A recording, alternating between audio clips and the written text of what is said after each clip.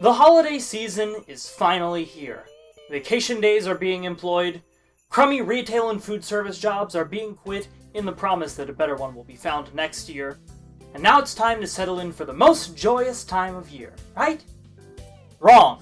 Thanks to our consumer-based economy, this time of year is just as stressful as all the rest of it, in not only making ends meet, but also outlandishly outdoing our friends and family in a friendly, yet increasingly expensive game of one-upmanship. And that's where I come in. Nothing helps you sell your festive superiority than the clothes you wear. Whether it be to your gift-giving, company Christmas party, or back at the break room shade session at Walmart on Christmas Eve. I have devised a formula that will calculate a score from 1 to 10 based on a multitude of important factors. I intend to use this formula to determine the perfect holiday attire.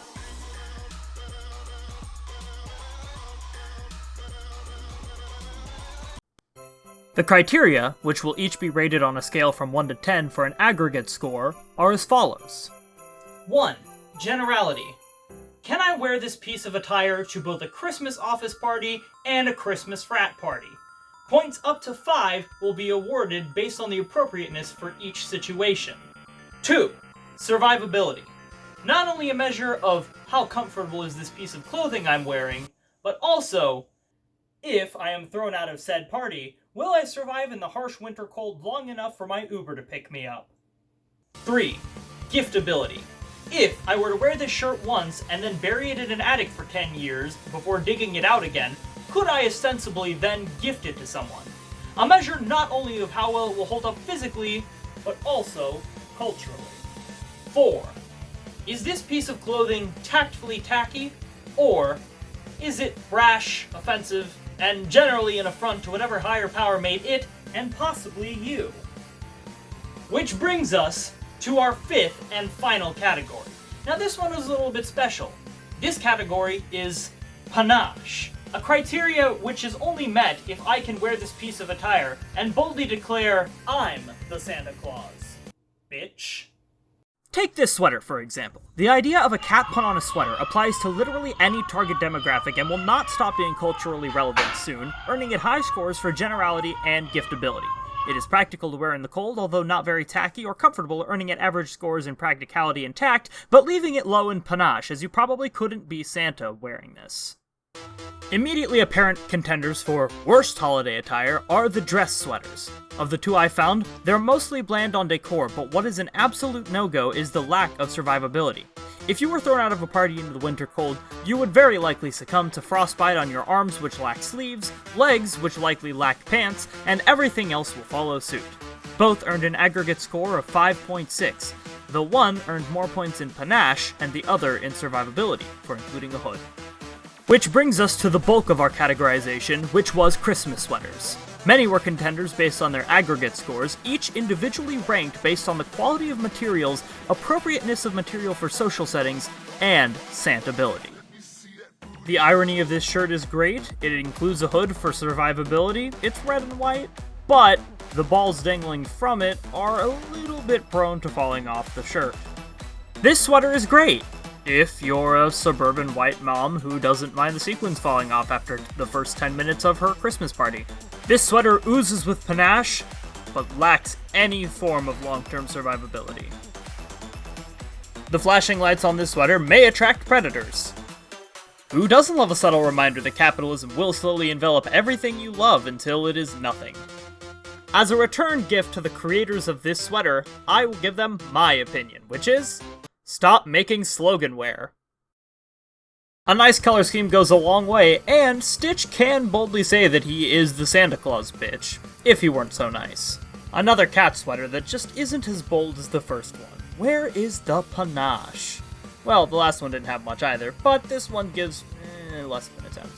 Cultural reference themed sweaters are fine, but there is a high chance that they won't be relevant in 10 or so years. Unless, of course, your cultural reference shirt is to something that is 30 plus years old. In that case, sure, why not? Also, this one's got backprint. While no one can be sure how long Game of Thrones will be culturally relevant after Season 8, I can say with confidence that this sweater is delightfully tacky. This sweater excels for different reasons, namely that the wolf looks like a fucking Shiba Inu. This article of clothing is one of two that breaks the mold of being one of the easily categorized objects, and excels in being a unique design, although strange with its motion capture balls found on the shoulders. But it does have a good bit of panache considering Santa's red color comes from Coca-Cola itself. Which finally brings us to our other unique piece of clothing, this. Although the hoodie may not seem like much at first, it's got a lot going on for it. The unique, clever tackiness of making it look like a tree, combined with the comfort of a hoodie, this hoodie actually has a lot going for it. It's very survivable, it's got a hood, but not just any hood. Oh no, this hood has something extra to it. But it still isn't enough. Even with how fantastic the Christmas hoodie was, it wasn't the perfect holiday attire. All my searches had been fruitless. The aggregate score, maybe it wasn't right. Until I found them. The union suits. Behold, the comfort, the tackiness, the universal ruggedness, the boldness it takes to wear one. Union suits have the potential to be the all-time perfect holiday wear. We just need the right design. And the Grinch is an incredibly strong contender already. The classicness of how the Grinch stole Christmas, the hood, the look, the tackiness, it's all there, but it doesn't quite scream, I'm the Santa Claus, bitch. We can do a little bit more. Enter the Skellington. Another strong contender, Jack Skellington, most famously known from trying to steal Christmas from Santa Claus himself. You can declare, I'm the Santa Claus, bitch, because at one point, Jack was the Santa Claus, bitch. Unfortunately, the union suit doesn't quite make it. The material is not thick enough, it's not comfortable, nor is it practical as other union suits. It's almost there. You are now literally Santa Claus. That's it, right? I mean, it's got the suit, the ho ho ho, it even comes with a hat. But it's not the perfect holiday attire. You can declare yourself the Santa Claus in this, but you will be a heretic, a fraud, and a liar. The fur on the suit is printed on. It's not even real fake fur, it's fake fur. The suit is thin and is uncomfortable, and it will not keep you alive in the harsh winter cold. So what is it? Buddy the Elf. Behold your perfect Christmas attire. This is the peak. This is the pinnacle of Christmas attire. It does not get better than this. You want generality?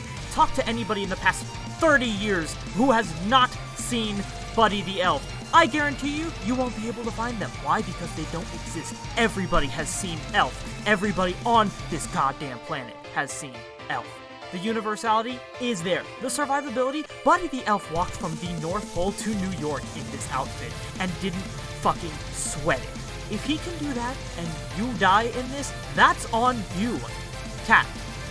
What is more cleverly tacky than a reference to a 2000 era movie? Like, come on. The panache? You aren't exactly Santa Claus, but you were his right-hand man. You were there through thick and thin.